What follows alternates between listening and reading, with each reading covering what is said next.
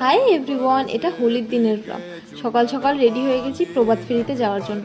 এখান থেকে কিছু রং কিনে নিলাম। প্রত্যেকটা গ্রুপে একটা করে মানুষ থাকে, তারা সব কিছুর জন্য এক্সাইটেড থাকে। এই ব্যক্তি ঠিক সেরকমই মানুষ, কালার স্টিক কেনার সাথে সাথে উড়িয়ে দিল। তারপর আমরা একে অপরকে রং মাখিয়ে সবাই মিলে একটু চলে গেলাম চা খেতে।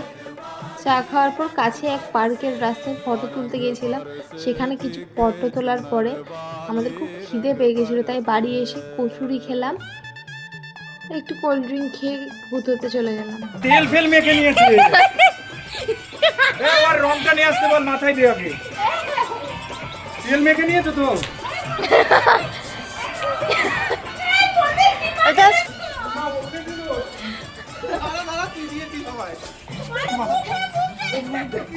মাথায় যাবো, চুলটা যাবে ভাই।